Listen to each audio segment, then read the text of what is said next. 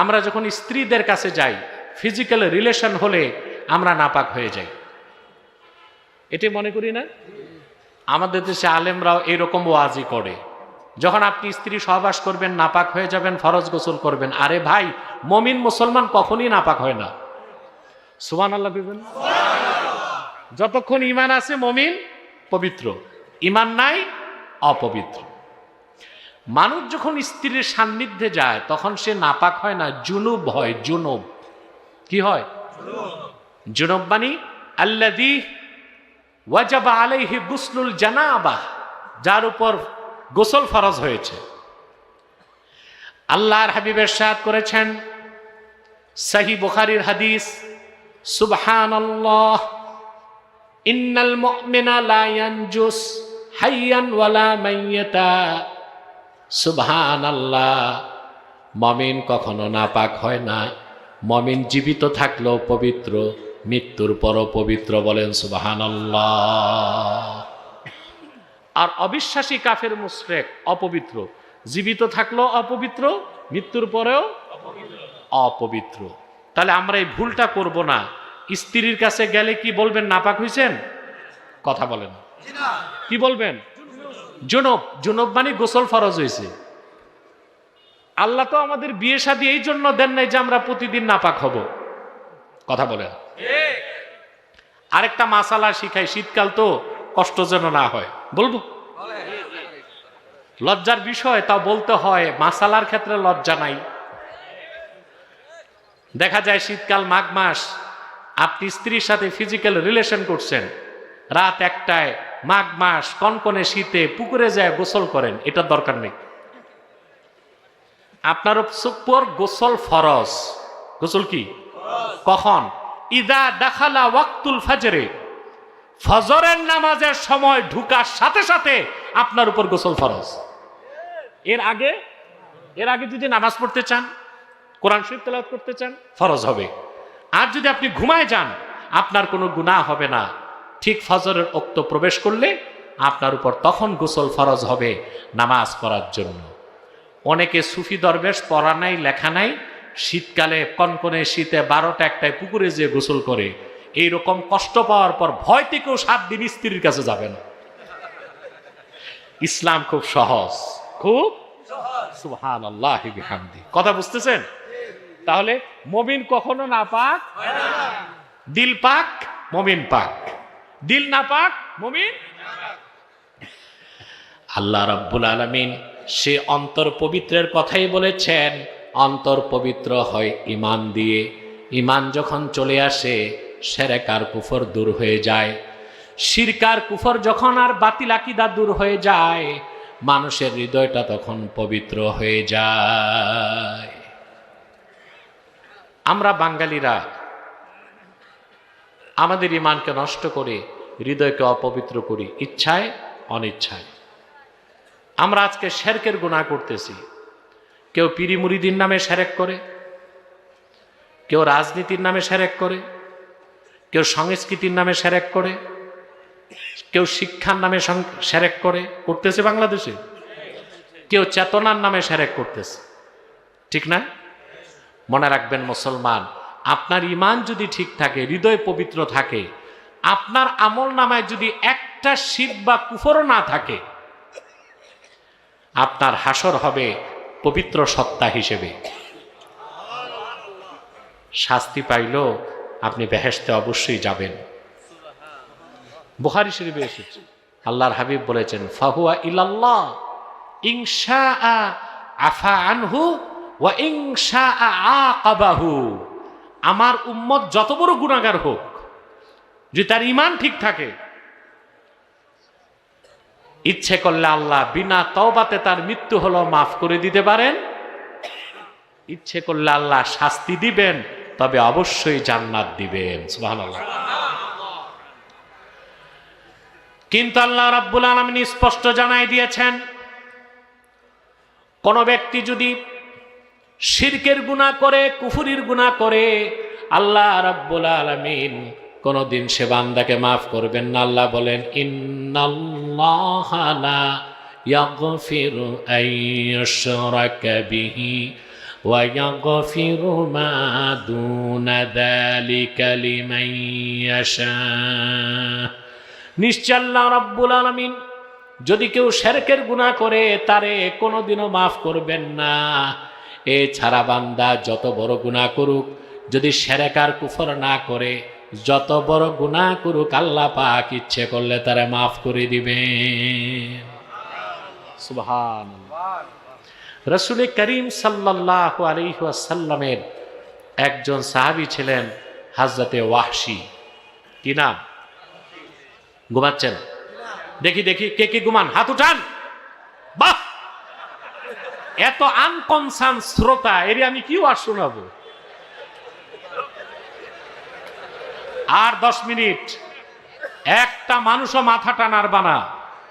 আমরা সম্মিলিতভাবে মুনাজাত করে গুনাহ মাফ করে তাওবা করে বাড়ি যেতে চাই, ঠিক আছে? ওয়াহশী আল্লাহর হাবিবের আপন চাচা আমির হামজাকে অহুদ ময়দানে শহীদ করেছিল, জানেন না আপনারা? কথা বলেন। ইবনু হিশাম তার লিখিত সিরাতের কিতাবে লেখেন, হযরত ওয়াহশী নিজেই বলেছেন, অহুদ ময়দানে আমি গিয়েছিলাম, আল্লাহর হাবিবের আপন চাচা আমির হামজাকে আমি বর্ষা দিয়ে আঘাত করলাম। আমির হামজার দেহটা অহুদ ময়দানে লুটিয়ে পড়ল। আবু জেহেলের স্ত্রী হিংস্র, নষ্টা, ভ্রষ্টা, হেন্দা হযরত আমির হামজা রাদিয়াল্লাহু তাআলা আনহুর সিনা মোবারকটা চীর্ণ করে কাঁচা কলিজা বের করে চর্বণ করেছে, ওনার নাক কান কেটে মালা পরিধান করে উল্লাস করেছে। আল্লাহর হাবিব সাল্লাল্লাহু আলাইহি ওয়াসাল্লাম উহুদ ময়দানে তার চাচার এই দৃশ্য দেখেছিলেন, কোনোদিন আল্লাহর হাবিব তা ভুলতে পারেন নাই। ওয়াহশী বলেন, মক্কা যখন বিজয় হয়ে গেল, মক্কা ছেড়ে আমি পালিয়ে যাচ্ছি, লোকেরা আমাকে বলল, ওয়াহশী আইনা তুরিদ, কোথায় যাও? ওয়াহশী বললেন, মক্কা ছেড়ে পালায় যাচ্ছে, কারণ দলে দলে লোক মুসলমান হয়ে যাচ্ছে। আল্লাহর হাবিব সবাইরে মাফ করবেন, আমি তো মাফ পাবো না, আমি ওনার আপন চাচাকে নির্মমভাবে হত্যা করেছি। মক্কা মুকাররমার লোকেরা বলল, রে ওয়াহশী, চিন্তা করো না, ভয় পেও না, একটিবার রাহমাতুল লিল আলামিনের কদমে চলে যাও, তোমার মতো ওয়াহশীকে মুহূর্তেই তিনি ক্ষমা করে দিতে পারেন। ওয়াহশী বলেন, ভয় আর শঙ্কা নিয়া আমি আল্লাহর হাবিবের কদমের সামনে দাঁড়ায় গেলাম। আল্লাহর হাবিব বললেন, কে তুমি? আমি বললাম, আমি ওয়াহশী। আল্লাহর হাবিব বললেন, কোন ওয়াহশী? আমার চাচার হত্যাকারী নাকি? আমি বললাম, ইয়া রাসূলুল্লাহ, আমি সেই নরাদম হত্যাকারী, এসেছি ক্ষমা চাইতে, মুসলমান হতে। আল্লাহর হাবিব বললেন, যেহেতু তুমি ক্ষমা চাইতে এসেছ, ক্ষমাও করে দিব, দিনের কালেমা পড়ায় মুসলমানও বানায় দিব। সুযোগ পেয়ে ওয়াহশী বললেন, ইয়া রাসূলুল্লাহ, ইয়া হাবিবাল্লাহ, লা উসলিমু হাত্তা আসমা কালামাল্লাহ, আমি ক্ষমা চাইতে এসেছি, ততক্ষণ আমি মুসলমান হব না যতক্ষণ না আমি ঈমান আনলে আল্লাহ আমারে মাফ করবেন, ওহির মাধ্যমে আল্লাহ জানায় না দিবেন। সঙ্গে সঙ্গে ওয়াহি নাজিল হয়ে গেল। আল্লাহ পাক ঘোষণা করলেন, ওয়াল্লাযীনা লা ইয়াদউনা মা'আল্লাহি ইলাহান আখারা ওয়া লা ইয়াকতুলুনান নাফসাল্লাতী হারামাল্লাহু ইল্লা বিল হাক্কি ওয়া লা ইয়াজনুন। আর মানুষদের মধ্যে যারা আল্লাহর সঙ্গে অন্য কাউকে ইলাহা বলে ডাকবে না, অন্যায়ভাবে মানুষ হত্যা করবে না, জেনা করবে না, আল্লাহ তাদের মাফ করে দিবেন। আর এই কাজগুলো যারা করবে আল্লাহ তাদেরকে কঠিন শাস্তি দিবেন। ওয়াহশী বললেন, ইয়া রাসূলুল্লাহ, ইয়া হাবিবাল্লাহ, ইন্নী আশরাকতু বিল্লাহ ওয়া কাতালতুন নাফসাল্লাতী হারামাল্লাহু ইল্লা বিল হাক্কি ওয়া জানাইতু, আমি তো শিরক করেছি, কুফর করেছি, আপনার চাচা আমির হামজাকে অন্যায়ভাবে শহীদ করেছি, জীবনে কতবার গুনাহ করেছি আমার হিসাব নাই, জানা করেছি আমার হিসাব নাই, তাইলে আমি মুসলমান হয়ে লাভ কি? মাফ তো পাবো না। আবার আয়াত নাজিল হয়ে গেল, সুবহানাল্লাহ বলবেন না? আল্লাহ পাক ঘোষণা করলেন, ইল্লা মান তাবা ওয়া আমানা ওয়া আমিলা আমালান সালিহান ফাউলাইকা ইউবাদদিলুল্লাহু সাইয়্যাতিহিম হাসানাত ওয়া কানাল্লাহু গফুরার রহিমা। আল্লাহ রাব্বুল আলামিন ঘোষণা করে দিলেন, তবে মানুষদের মধ্যে যারা তওবা করে ঈমান এনে হৃদয়কে পবিত্র করে নিবে, সুবহানাল্লাহ বলবেন না? যারা ঈমান এনে তওবা করে হৃদয়কে পবিত্র করবে, নেক আমল করবে, তারা বিগত কালে যতই শিরক করুক, কুফর করুক, গুনাহ করুক, আল্লাহ তাদের সব মাফ করে তাদের গুনাহগুলোকে আল্লাহ রাব্বুল আলামিন নেকের দ্বারা বদল করে দিবেন। ওয়াহশী বললেন, ইয়া রাসূলুল্লাহ সাল্লাল্লাহু আলাইহি সাল্লাম, এখন আমি ইসলাম গ্রহণ করতে পারতেছি না। আল্লাহর হাবিব বললেন, কেন?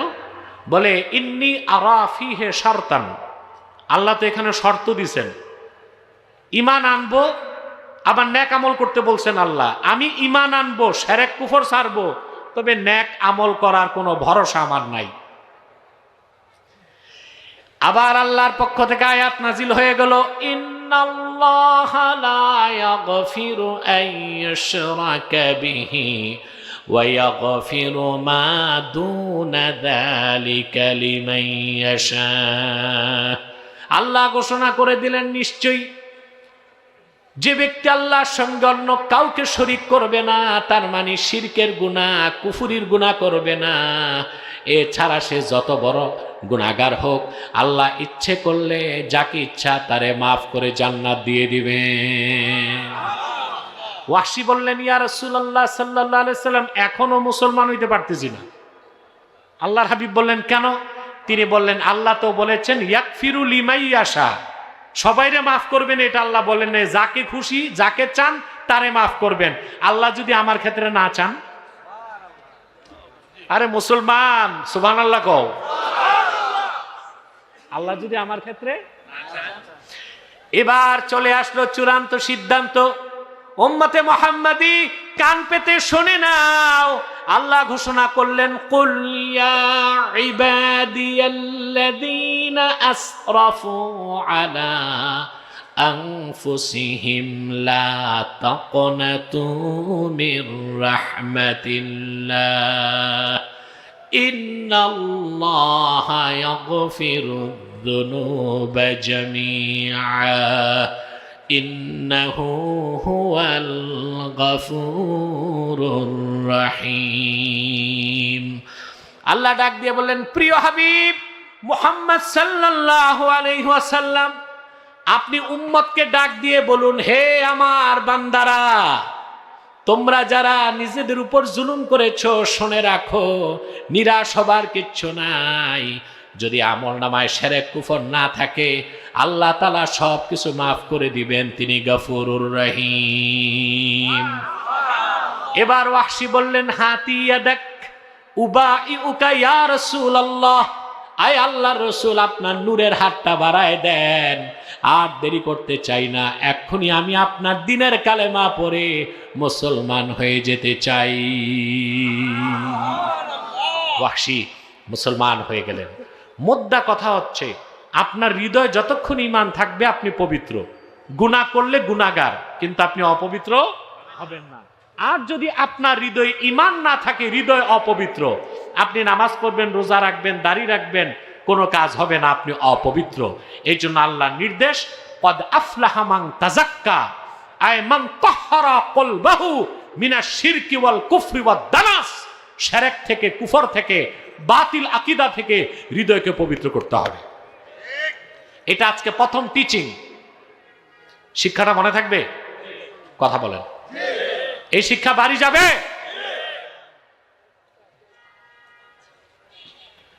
থোতায় কয়খান দাড়ি, মাথায় একখান টুপি, 2-4 রাকাত নামাজ পড়েই আমরা ভাবি সফল হয়ে গেছি। ঈমান এনে হৃদয়কে পবিত্র করতে হবে, শিরক কুফর বাতিল আকীদা বের করতে হবে। 2 নাম্বার, ওয়া যাকারা আসমা রাব্বিহ, রবের নামে জিকির করলো। এটা কি? এটা ইমাম রাজি লিখেছেন, ইস্তিহদারু মা'রিফাতিল্লাহি আযজা ওয়া জাল্লা ফিল কলব। ঈমান আনার পরে সর্বাবস্থায় হৃদয়ে আল্লাহ স্মরণ, জিকির থাকতে হবে। আমরা জিকির বুঝি না, পীরের মুরিদ হই, সকাল সন্ধ্যা জিকির করি, সকালে একটু জিকির, বিকালে একটু জিকির, আর সারাদিন সুদ খাই, ঘুষ খাই, পরের সম্পদ মেরে খাই, পাল্লায় ওজনে কম দেই, ভাই ভাইয়ের হক আদায় করি না। আল্লাহ এইরকম জিকির চান না। চান? এগুলো আছে আপনাদের দেশে? সুদ নাই, ঘুষ নাই, দুর্নীতি নাই। বাংলাদেশের চেয়ে দুর্নীতিগ্রস্ত দেশ পৃথিবীতে নাই। আফ্রিকাতেও এরকম দুর্নীতিগ্রস্ত দেশ নাই যারা না খেয়ে থাকে। আছে? বাংলাদেশ এতটা top most corrupted in state in the world. পৃথিবীর সবচেয়ে দুর্নীতিতে চ্যাম্পিয়ন হওয়া দেশ হচ্ছে বাংলাদেশ। সুযোগ পেলেই খায়, ঠিক না? মূলের কারণ কি?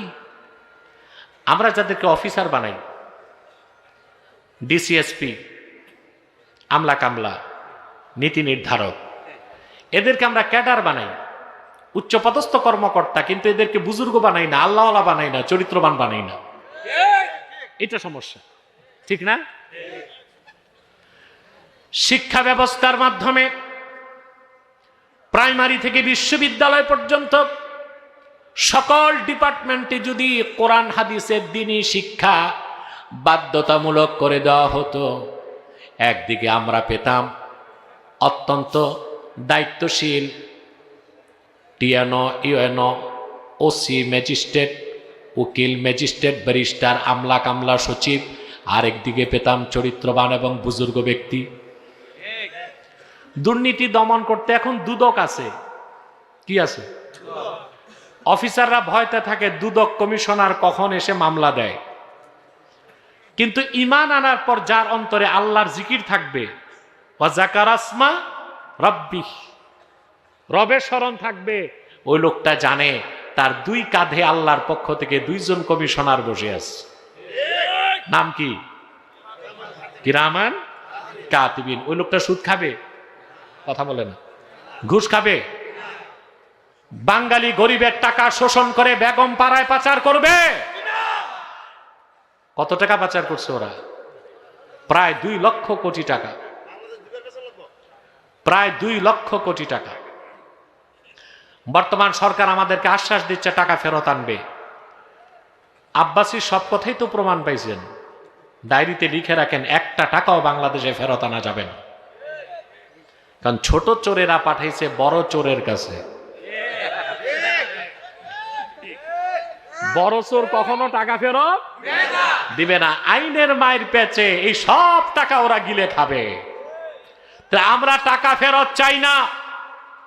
দেশ স্বাধীনের পর থেকে যারাই দুর্নীতির মাধ্যমে গরিব মেহনতি বাঙালি জনতার পয়সা শোষণ করে বিদেশে পাচার করেছে, তাদের প্রত্যেককে প্রকাশ্য আদালত প্রতিষ্ঠা করে শরিয়া আইনে চোর হিসেবে তাদের হাতগুলো কেটে দিতে হবে। এই একটা বিচার চাই। টাকা লাগবে না, টাকা লাগবে না ইউনূস সাহেব, এই টাকা আপনি ফেরত আনতে পারবেন না। 16 বছর যারা চুরি করেছে, 16 বছর যারা দুর্নীতি করেছে, তাদের অধিকাংশই কারাগারে আছে। সাক্ষী প্রমাণ উপস্থিত করে হাত কেটে দাও, চোরের শাস্তি কার্যকর করে দাও, বাংলাদেশ দুর্নীতি মুক্ত হয়ে যাবে। 100% গ্যারান্টি দিচ্ছি আমি। এটা তো করবে না। করবে? আল্লাহর হুকুম হচ্ছে চোরের হাত কাটো। চোর 2 প্রকার, একটা অভাব চোর, একটা স্বভাব চোর। লোটা চোর, মোবাইল চোর, জুতা চোর, এগুলো হচ্ছে অভাব চোর। এদের হাত কাটা যাবে না। শরীয়তের হুকুম আছে, যদি ক্ষুধার যন্ত্রণায় চুরি করে, ওকে হদ না, ওকে তাজির কি করতে হবে? পানিশমেন্ট। বিচারক একটা রায় দিয়ে যদি তার চুরির পরিমাণ 10 দিরহামের কম হয়। তা আমাদের দেশে যারা চুরি করছে ওরা কি অভাব চোর না স্বভাব চোর? ওদের শাস্তি কি? আস-সারিকু ওয়াস-সারিকাতু ফাকতাউ আইদিয়াহুমা। চোর পুরুষ হোক মহিলা হোক, চোর হোক চুন্নি হোক, আপনারা বুঝে গেছেন আল্লাহর কোরআনের আয়াতের ব্যাখ্যা আমি কি বলতে চাচ্ছি। চোর হোক সুন্নি হোক, হাত কেটে দাও। আমরা টাকা ফেরত চাই না, আমরা জানি এটা আসবে না। চোর গুলোর বিচার হোক, তাতে আমাদের কলিজা ঠান্ডা হয়ে যাবে। কি বলেন মুসলমান ভাইরা? এটা চান আপনারা? তাহলে আল্লাহ 3টা কাজ দিয়েছেন। ঈমান এনে হৃদয় পবিত্র করা, ওয়া যাকারাসমা রাব্বিহ, রবের নামের জিকির। এটার ব্যাখ্যা হচ্ছে ইস্তিহদারু মারিফাতিল্লাহি আযজা ওয়া জাল্লা ফিল কলব। সর্বাবস্থায় আল্লাহর পরিচয় অন্তরে থাকতে হবে। 3 নাম্বার ফাসাল্লা, এটা হচ্ছে ওয়াল মুদাওয়ামাতু ফি খিদমাতিল্লাহ, সর্বক্ষণ আল্লাহর ইবাদতে নিয়োজিত থাকা। এখন 24 ঘন্টা তো ইবাদত করা যায় না। যে জামাতের সাথে 5 ওয়াক্ত নামাজ আদায় করলো, ধরে নেওয়া হলো সে তার জীবনটা আল্লাহর ইবাদতে উৎসর্গ করে দিল। কত নামাজ? বেনামাজি আছেন তো এখানে? আমি একটা কথা বলি, বেনামাজি কাফের কি কাফের না ইখতিলাফ আছে। আহমদ বিন হাম্বল বলেছেন রাহমাতুল্লাহ, ইন্না তারিকাস সালাতি ইউকাফফারু ওয়া ইউকতালু মুরতাদ্দা। বেনামাজিকে কাফের ফতোয়া দেওয়া হবে, মুরতাদ হিসেবে কতল করা হবে। মুরতাদ হিসেবে, তার মানে বেনামাজিকে হত্যার পর তার গোসলও নাই, দাফনও নাই, কাফনও নাই। বড় কঠিন ফতোয়া না? আবু হানিফা, শাফি আর মালিক বলেছেন না, বেনামাজিকে কাফের বলা যাবে না। কিন্তু আশ্চর্যের বিষয়, শাফি আর মালিক দুইজন আবার বলছে শাস্তি মৃত্যুদণ্ড, এটা ঠিক। আবু হানিফা বলেছেন না, বেনামাজি কাফের না, হত্যাও করা যাবে না, ব্যাট লাগাইতে হবে। কি? ইউহবাসু ওয়া ইউদরাবু, অ্যারেস্ট করা হবে, হালকা কিছু দেওয়া হবে নামাজ শুরুর আগ পর্যন্ত। ঠিক না? চারো মাযহাবের সকল ইমাম একমত, ইন্না তারিকাস সালাতি আকবাহু মিন মুদমিনিল খামরে ওয়াল কাতিলি ওয়াস সারিকি ওয়াজ জানি। চারো মাযহাব একমত, যে নামাজ পড়ে না সে জেনাকার, শরাবখোর, হত্যাকারী, খুনি, এই সবার চেয়ে বড় অপরাধী বেনামাজি। বুঝেন নাই? খুনি, চোর, শরাবখোর, জেনাকার, এদের সবার চেয়ে নিকৃষ্ট কে? জোরে বলতে হবে। বেনামাজির আরো জোরে বলো, কে?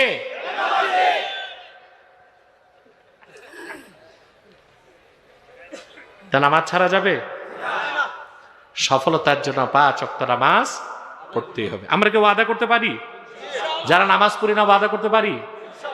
হাত তুলে দেখান আল্লাহকে, ইয়া আল্লাহ, আজ হতে 1 ওয়াক্ত নামাজ তরক করব না। যদি শয়তানের প্ররোচনায় নামাজ ছুটে যায়, তাৎক্ষণিক তওবা করে কাজা হিসেবে নামাজ আদায় করব। এরপর আল্লাহ তাআলা বলেন, বাল তুসিরুনাল হায়াতাদ দুনিয়া ওয়াল আখিরাতু খায়রুন ওয়া আবকা। পৃথিবীর মানুষেরা তোমরা বরং দুনিয়ার জীবনকে প্রাধান্য দিচ্ছ, অথচ আখিরাতটাই উত্তম এবং স্থায়ী। বলেন সুবহানাল্লাহ। এর মানে কি আমরা যারা মুমিন মুসলমান, আলেম ওলামা, পীর মাশায়েখ দুনিয়া বাদ দিয়া দিব নাকি? না, আমরা দুনিয়াকে গ্রহণ করব, আখেরাতকে প্রাধান্য দিব। আর কাফের মুশরিক বিপরীত, তারা আখেরাতকে বাদ দেয়, দুনিয়াকে প্রাধান্য দেয়। আল্লাহ তাদের ব্যাপারে বলেন, আল্লাযীনা ইস্তাহিব্বুনাল হায়াতাদ দুনিয়া আলাল আখিরাতি ওয়া ইয়াসুদ্দুনা আন সাবিলিল্লাহি ওয়া ইয়াবগুনাহা ইওয়াজা উলাইকা ফি দালালিম বাঈদ। যারা মুসলিম কাফের তারা সব সময় দুনিয়ার আখিরাতের উপর দুনিয়াকে প্রাধান্য দেয়। এখন একটু রাজনীতির আলাপ করতে হয়, করব সংক্ষেপে। আমিও রাজনীতি বিশ্বাস করি, প্রচলিত রাজনীতি না, ইমাম হোসেনের খেলাফতের রাজনীতি বিশ্বাস করি। রাজনীতি যে ইসলামী রাজনীতি যে বিশ্বাস করবে না তাকে মুসলমান বলার সুযোগ নাই। সমস্ত ইমাম একমত, সিয়াসাতুল ইসলামিয়া জুজউল ইসলাম আল্লাযী লা ইয়াতাজাজ্জাউ। ইসলামী রাজনীতি ইসলামের অংশ, ইসলাম থেকে ইসলামী রাজনীতিকে আলাদা করার সুযোগ নাই। অথচ আমাদের দেশে একদল বুদ্ধিজীবী আছে যারা ইসলামী রাজনীতির কথা বললেই বলে এটা তো পলিটিক্যাল ইসলাম, বলে না? জিহাদের কথা বললে বলে এটা তো রেডিক্যাল ইসলাম। আর মসজিদে আর খানকায় বসে তসবিহ জপলে বলে এইটা ঠিক, এটা সুফিবাদী ইসলাম। ঠিক না? ইসলামকে ভাগ করা যায় না। ইসলামী রাজনীতি পরিপূর্ণ ইসলাম নয়, পরিপূর্ণ ইসলামের অংশ। জিহাদ ফি সাবিলিল্লাহ পরিপূর্ণ ইসলাম নয়, পরিপূর্ণ ইসলামের অংশ। তরিকত, তাসাউফ, ইলমে মারিফাত পরিপূর্ণ ইসলাম নয়, পরিপূর্ণ ইসলামের অংশ। তাহলে প্রতিটা মুসলমান কোরআন সুন্নাহর রাজনীতি বিশ্বাস করবে, সবাইকে বিশ্বাস করা ফরজ, আর কেউ কেউ করবে সেটা ফরজে কিফায়া। ঠিক না? এখন যারা কোরআন হাদিসের রাজনীতি বিশ্বাস করি আমরা, আর যারা সকল পলিটিশিয়ান প্রচলিত রাজনীতি করে, ওদের ক্ষেত্রে মৌলিক পার্থক্য হচ্ছে আমরা বিশ্বাস করি যে আমাদের রাজনীতি হবে আখেরাতমুখী। ঠিক না? আমরা বিশ্বাস করি সার্বভৌমত্বের মালিক আল্লাহ। আর যারা প্রচলিত রাজনীতি করে তাদের বিশ্বাস যে না, তারা সেকুলারিস্ট। সেকুলারিস্ট মানে ইহজাগতিক, অর্থাৎ রাজনীতির শুরু শেষ উদ্দেশ্যই হলো দুনিয়া। এরা হচ্ছে সেকুলারিস্ট, এরা হচ্ছে ইহজাগতিক। এদের বিশ্বাস হচ্ছে সার্বভৌমত্বের মালিক জনগণ। এটা একটা শিরকি আকীদা। সার্বভৌমত্বের মালিক কে? জনগণ সার্বভৌমত্বের মালিক। এই বিশ্বাস যদি কারো থাকে তার রাজনীতি হবে শিরক, তার গন্তব্য হবে জাহান্নাম। অপরদিকে কারো যদি বিশ্বাস হয় ইনিল হুকমু ইল্লা লিল্লাহ, সার্বভৌমত্বের মালিক আমার আল্লাহ, আর তার রাজনীতি যদি হয় সুন্নত তরিকায়, তার রাজনীতিটা ইবাদত হয়ে যাবে, তার রাজনীতির কারণে সে জান্নাতে যাবে। এখন কোনটা করবেন? ইসলামের রাজনীতি নাকি এই বর্তমান রাজনীতি? যদি আপনি এখন বলা হচ্ছে রিকনস্ট্রাকশন অফ কনস্টিটিউশন, সংবিধান চেঞ্জ করা হবে বলতেছে না? আপনারাও চান সংবিধান পরিবর্তন হোক? আরে বাবা, আপনারা তো বলতেছেন না, আপনাদের বয়ান কই? প্রত্যেক দল তো বয়ান দিছে। কি দিছে? প্রত্যেক দলের একটা বয়ান হয়ে গেছে। তা আমাদের ইসলামপন্থীদের বয়ান কই? আমরা চুপ কেন? আমাদের বয়ান হচ্ছে এটা, সংবিধান রচিত হবে কোরআন সুন্নাহর আলোকে, যে সংবিধানের মূল ভিত্তি হবে সার্বভৌমত্বের মালিক জনগণ নয় আল্লাহ সুবহানাহু ওয়া তাআলা। পারবেন? আমাদের সব কাজ হবে আখিরাতমুখী। এই জন্য আল্লাহ বলেছেন তোমরা দুনিয়াকে প্রাধান্য দিচ্ছ, কাফিরদেরকে বলেছেন আখিরাতের উপর। আমরা মুমিনরা আখিরাতকে প্রাধান্য দিব দুনিয়ার উপর। আল্লাহ বলেন ইন্না হাদা লাফি সুহুফিল উলা। আখিরাতের কথা পূর্বের সহিফাগুলো তো এসেছে, বিশেষ করে সুহুফি ইব্রাহিম ওয়া মুসা, ইব্রাহিমের উপর অবতীর্ণ সহিফা এবং মুসার উপর অবতীর্ণ তাওরাত কিতাবেও আখিরাতের কথা এসেছে। আমরা সফলতার জন্য যে কথাগুলো শুনলাম এই কাজগুলো করবো ইনশাআল্লাহ। সাদাকাল্লাহুল আযীম ওয়া সাদাকা রাসূলুহুন নবিয়ুল কারীম ওয়া নাহনু আলা যালিকা মিনাশ শাহিদিন ওয়াশ শাকিরিন আলহামদুলিল্লাহি রাব্বিল আলামিন। আমি আর কষ্ট দিচ্ছি না আপনাদেরকে। আমি ফল ব্যবসায়ী সমিতির জন্য দোয়া চাই। তারা আজকে 25 বছর হয় মাহফিলটা করে যাচ্ছে। আপনি এটা চান না? বান্দা যখন আল্লাহর জিকির করে, স্মরণ করে, শয়তান পালিয়ে যায়। আর যখন বান্দা আল্লাহর জিকির থেকে দূরে সরে যায়, শয়তান ওয়াসওয়াসা দিতে থাকে। আপনার দেহে সবচেয়ে মূল্যবান অংশ হচ্ছে হৃৎপিণ্ড। হৃদয় পাক, মানুষ পাক। হৃদয় না পাক, মানুষ না পাক। আল্লাহ তিনটা কাজ দিয়েছেন সফলতার জন্য। তার প্রথম হচ্ছে হৃদয় পবিত্র করতে হবে ঈমান দিয়ে। আর যখন অন্তরে ঈমান আসে, শিরক কুফর চলে যায়। আর যখন ঈমান চলে যায়, শিরক কুফর ঢুকে যায়। ঈমান আসলেই হৃদয় পাক, শিরক কুফর থাকলে হৃদয় নাপাক। একজন মুমিন যখন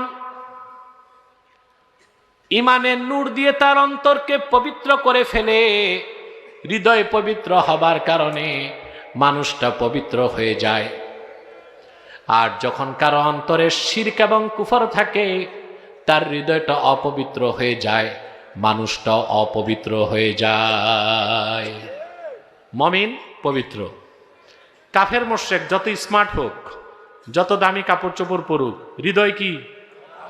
এর জন্য ইন্নামাল মুশরিকুনা নাজাস, কাফের মুশরিকরা হচ্ছে হুকমান নাপাক। হুকমান নাপাক। আমি বলি হুকমান, হাকিকাতান, মাজাজান, সর্বাবস্থায় তারা কি? নাপাক। ভালো করে বুঝেন, মুমিন কখনো অপবিত্র হয় না। মুমিন কখনো যতক্ষণ তার ঈমান থাকবে, মুমিন অপবিত্র হতে পারে না। আমাদের একটা ভুল ধারণা আছে বাংলাদেশিদের, বলবো